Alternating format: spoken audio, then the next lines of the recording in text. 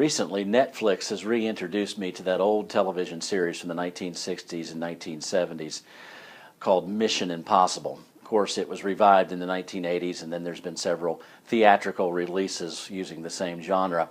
But in the original series, the task was given to this elite team of secret agents and operatives to do the impossible. However, if you've ever watched the show, within 60 minutes you always found out that the job they were given was not impossible, because by the end of the show it indeed had been accomplished. Still enjoyed. I love the writing and the spycraft and the whole look back into that era of time. But I want to take you to a verse where God addresses the subject of the impossible. In Luke chapter 2, an angel has been dispatched to Mary to tell her that she, even though she has never been with a man, she's going to give birth to a child, and that child is going to be the Savior of mankind. That being the case, she doesn't know how this is going to take place, obviously.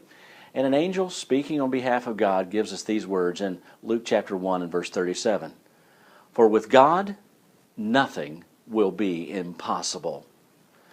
Nothing with God is impossible. The word does not exist in his vocabulary when it is used to describe himself.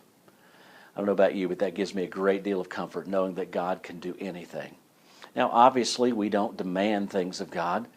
All things have to work in harmony with his will and his purpose, his plan, and his timing. But in every situation, there is never a question about God's ability. God is able to do the impossible. I don't know what's going on in your life that may seem impossible, may seem particularly improbable, that seems as if there is no escape, there is no way out. Well, I want to call you back to this reality. With God, nothing is impossible. As we look back over lives, perhaps you can recount some of those events in our lives where God has done the impossible for us. As you look back, thank him.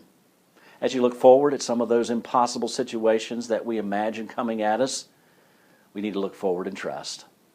Backward in thanks, forward in trust.